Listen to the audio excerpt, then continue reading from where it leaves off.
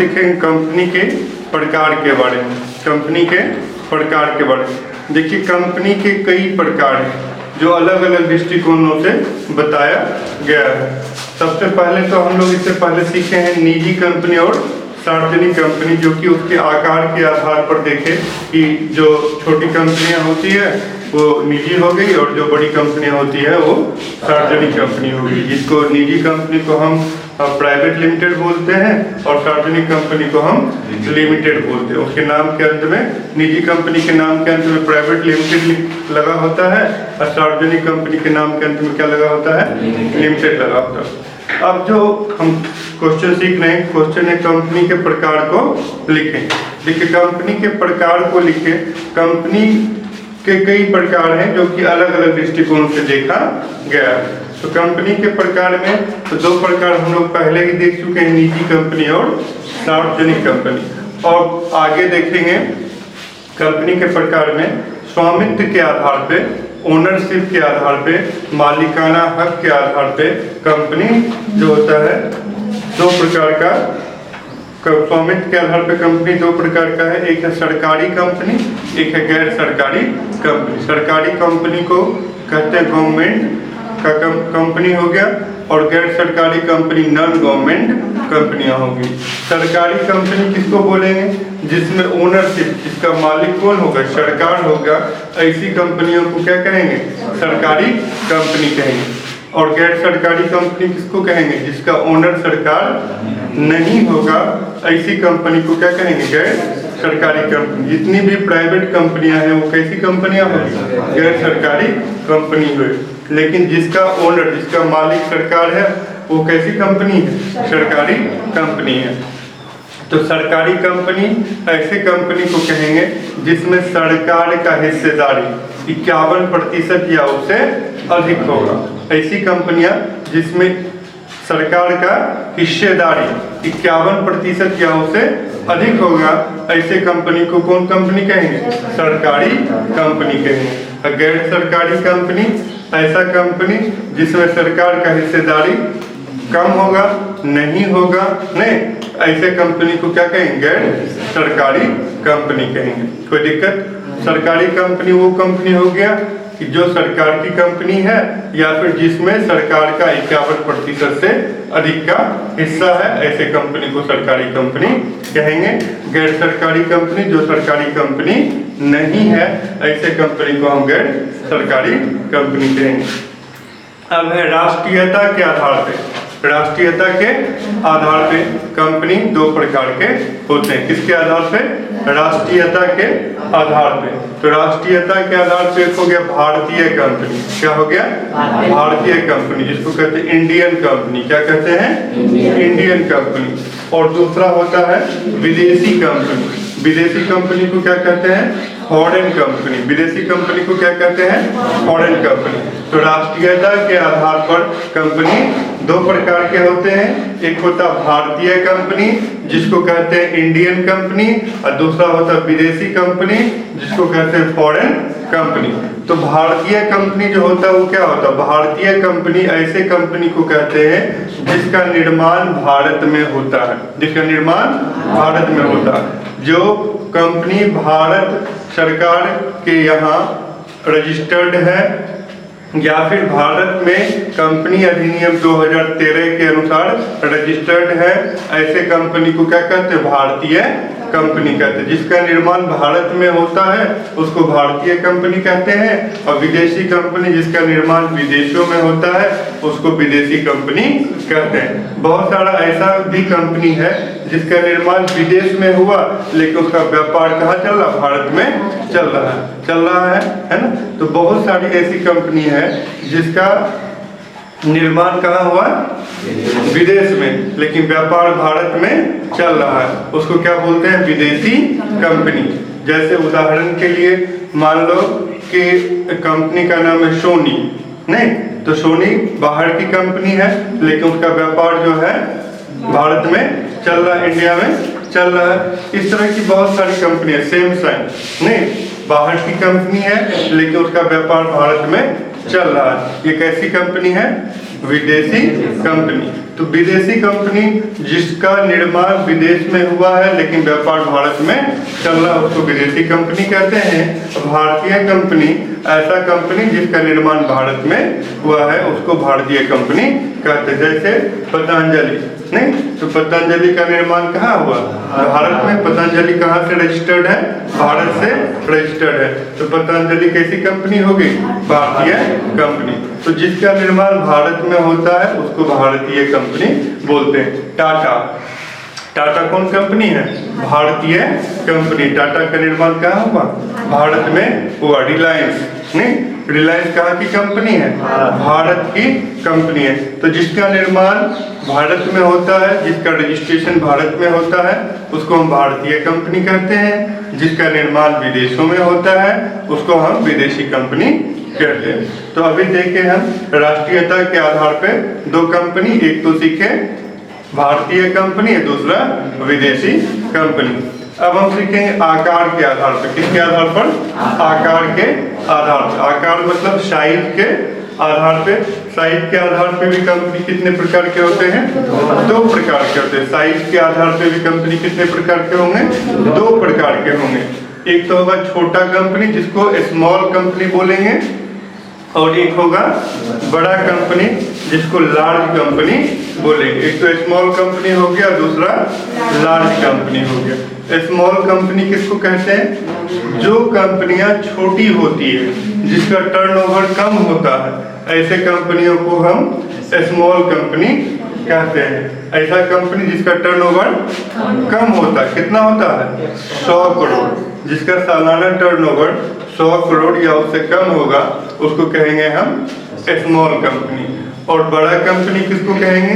जिसका टर्नओवर 100 करोड़ से ज्यादा होगा। जिसका टर्नओवर 100 करोड़ से ज्यादा हो। टर्नओवर किसको बोलते हैं?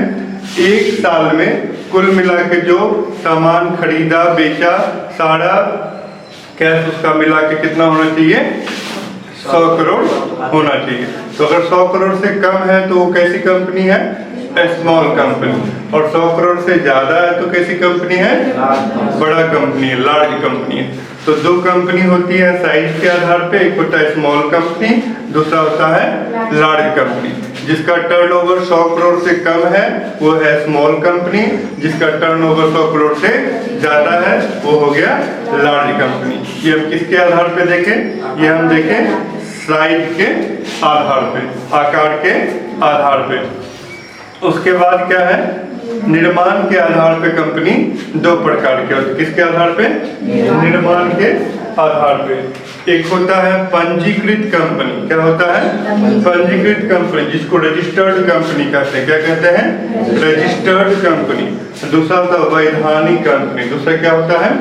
वैधानिक कंपनी, जिसको स्टैट्यूटरी कंपनी कहते हैं। क्या कहते हैं? Statutory company. तो देखो पंजीकृत कंपनी, रजिस्टर्ड कंपनी क्या होता है और वैधानिक कंपनी क्या होता है? वैधानिक कंपनी को क्या बोलते हैं? Statutory company. देखो पंजीकृत कंपनी, रजिस्टर्ड कंपनी ऐसा कंपनी को कहते हैं जो कंपनी अधिनियम 2013 के अनुसार रजिस्टर्ड होता है उसको कहते हैं रजिस्टर्ड कंपनी। जो कंपनी अधिनियम 2013 के अनुसार रजिस्टर्ड होता है उसको क्या कहते हैं? Registered company. तो जितनी भी कंपनियां हैं, सारा कंपनी जो भारत में जिसका निर्माण हुआ है वो सारी कंपनियां कंपनी अधिनियम 2013 के अनुसार क्या है? रजिस्टर्ड है। जितनी भी कंपनियां भारत में बना है सारी कंपनी अधिनियम 2013 के अनुसार रजिस्टर्ड है। और सन 2013 से पहले जितनी भी कंपनी बनी वह कंपनी अधिनियम 1956 के अनुसार रजिस्टर्ड है। क्योंकि पहले जो कंपनी अधिनियम चलता था भारत में वो था कंपनी अधिनियम 1956 1956। लेकिन सन 2013 में कंपनी अधिनियम में कई परिवर्तन किए गए, कई नियमों में परिवर्तन किए गए। तो सन 2013 के बाद नया कंपनी अधिनियम बनाया गया। तो सन 2013 के बाद जितनी भी कंपनी का निर्माण होगा वो किस कंपनी के कौन एक्ट के तहत होगा? कंपनी अधिनियम 2013 के तहत होगा। कंपनी अधिनियम 2013 के तहत होगा। तो पंजीकृत कंपनी, रजिस्टर्ड कंपनी ऐसे कंपनियों को कहते हैं जिसका रजिस्ट्रेशन कंपनी अधिनियम 2013 के अनुसार होगा। ऐसे कंपनियों को हम पंजीकृत कंपनी कहते हैं। तो जितनी भी प्राइवेट कंपनियां हैं वो सब कैसी कंपनियां हैं? पंजीकृत कंपनियां हैं। क्योंकि जो भी कंपनी बनेगा तो उस कंपनी का रजिस्ट्रेशन करवाना क्या होगा? अनिवार्य होगा। क्योंकि कंपनी का निर्माण तभी होगा जब कंपनी अधिनियम में उसका रजिस्ट्रेशन होगा। जब तक कंपनी अधिनियम में कंपनी का रजिस्ट्रेशन नहीं होगा तब तक कंपनी का निर्माण नहीं किया जा सकता है। तो कंपनी का निर्माण करने के लिए कंपनी अधिनियम में रजिस्ट्रेशन करवाना क्या होता है? जरूरी होता है, आवश्यक होता है। क्योंकि बिना कंपनी अधिनियम में रजिस्ट्रेशन किए हुए किसी भी कंपनी का निर्माण नहीं किया जा सकता है। अगला क्या है? वैधानिक कंपनी। कौन कंपनी है? वैधानिक कंपनी, जिसको स्टैट्यूटरी कंपनी कहते हैं। तो वैधानिक कंपनी क्या होती है? तो वैधानिक कंपनियां ऐसी कंपनियां होती है जिसका निर्माण विधान द्वारा होता है। जिसका निर्माण विधान द्वारा होता है। तो विधान मतलब राज्य सरकार या केंद्र सरकार के द्वारा, राज्य सरकार या केंद्र सरकार के द्वारा कोई विशेष नियम पास करके राज्यसभा में, है ना, राज्यसभा में या फिर विधानसभा में, है ना, राज्यसभा में या विधानसभा में कोई विशेष सांसद द्वारा या फिर विधायक द्वारा कोई विशेष नियम पास करके जब किसी कंपनी का निर्माण किया जाता है तो ऐसे कंपनियों को हम क्या कहते हैं? वैधानिक कंपनी कहते हैं। क्या कहते हैं? वैधानिक कंपनी कहते हैं। जितनी भी कंपनियां होती है, यदि निजी कंपनी होगी तो उसके नाम के अंत में क्या लगा होगा? प्राइवेट लिमिटेड होगा। और सार्वजनिक कंपनी होगी तो उसके नाम के अंत में क्या लगा होगा? लिमिटेड लगा होगा। लेकिन जो वैधानिक कंपनियां होगी उसके नाम के अंत में ना तो प्राइवेट लिमिटेड होगा और ना ही लिमिटेड होगा। ना तो प्राइवेट लिमिटेड होगा और ना ही लिमिटेड होगा। वैधानिक कंपनी का निर्माण देश, राज्य के विकास के लिए किया जाता है, जिसका मुख्य उद्देश्य लाभ कमाना नहीं होता है। जिसका मुख्य उद्देश्य समाज के लोगों को आगे बढ़ाने के लिए, है ना, समाज के लोगों को आगे बढ़ाने के लिए ऐसी कंपनियों का निर्माण किया जाता है। या फिर आवश्यकताओं को पूरा करने के लिए भी ऐसी कंपनियों का निर्माण किया जाता है। ऐसी चीजें जो एसेंशियल हो, जिसके बिना जीना संभव नहीं है, तो ऐसे चीजों के निर्माण के लिए भी सरकार कुछ कंपनियां बनाती है। उसके लिए उस विशेष अधिनियम पास करके उस कंपनी का निर्माण किया जाता है। तो ऐसी कंपनियों का कुछ उदाहरण है, जैसे RBI, reserve bank of India. तो रिजर्व बैंक ऑफ इंडिया के नाम के अंत में ना तो प्राइवेट लिमिटेड है ना ही लिमिटेड है। रिजर्व बैंक ऑफ इंडिया कैसी कंपनी है? वो वैधानिक कंपनी है। कैसी कंपनियां हैं? वैधानिक कंपनियां हैं। SBI, state bank of India, state bank of India private company नहीं है। कैसा कंपनी है? वैधानिक कंपनी है। कैसी कंपनी है? वैधानिक कंपनी है। स्टेट बैंक ऑफ इंडिया, इसके नाम के अंत में ना तो लिमिटेड लगा हुआ है ना ही प्राइवेट लिमिटेड लगा हुआ है।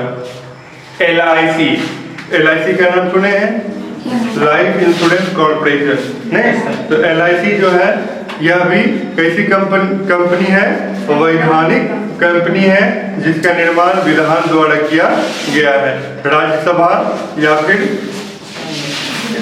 विधानसभा में विशेष नियम पास करके ऐसे कंपनियों का निर्माण किया गया है। IDBI बैंक, है ना, IDBI बैंक का नाम सुने हैं, है ना।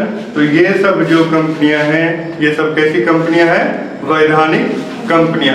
तो ये जो अभी हम सीख रहे थे कंपनियों के प्रकार, है ना। तो कंपनी के आप कई प्रकार आपने सीखा, है ना। सबसे पहले हम लोग सीख चुके थे, क्या सीख चुके थे? सबसे पहले, इससे भी पहले, इस क्वेश्चन को पढ़ने से पहले भी हम निजी कंपनी और सार्वजनिक कंपनी के बारे में जान चुके थे। मोस्टली दोनों, निजी कंपनी और सार्वजनिक कंपनी ज़्यादा फेमस है। मोस्टली जो भी कंपनियां खुलती है या तो निजी होती है या तो सार्वजनिक होती है। छोटे स्तर पे जो कंपनी शुरू किया जाता है वो निजी कंपनी होती है, और बड़ी स्तर पे जो कंपनी शुरू की जाती है वो सार्वजनिक कंपनी होती है। तो मोस्टली निजी कंपनी या सार्वजनिक कंपनी खोलते हैं, जो भी व्यक्ति शुरू करता है कोई भी कंपनी, वो कैसी कंपनी होती है?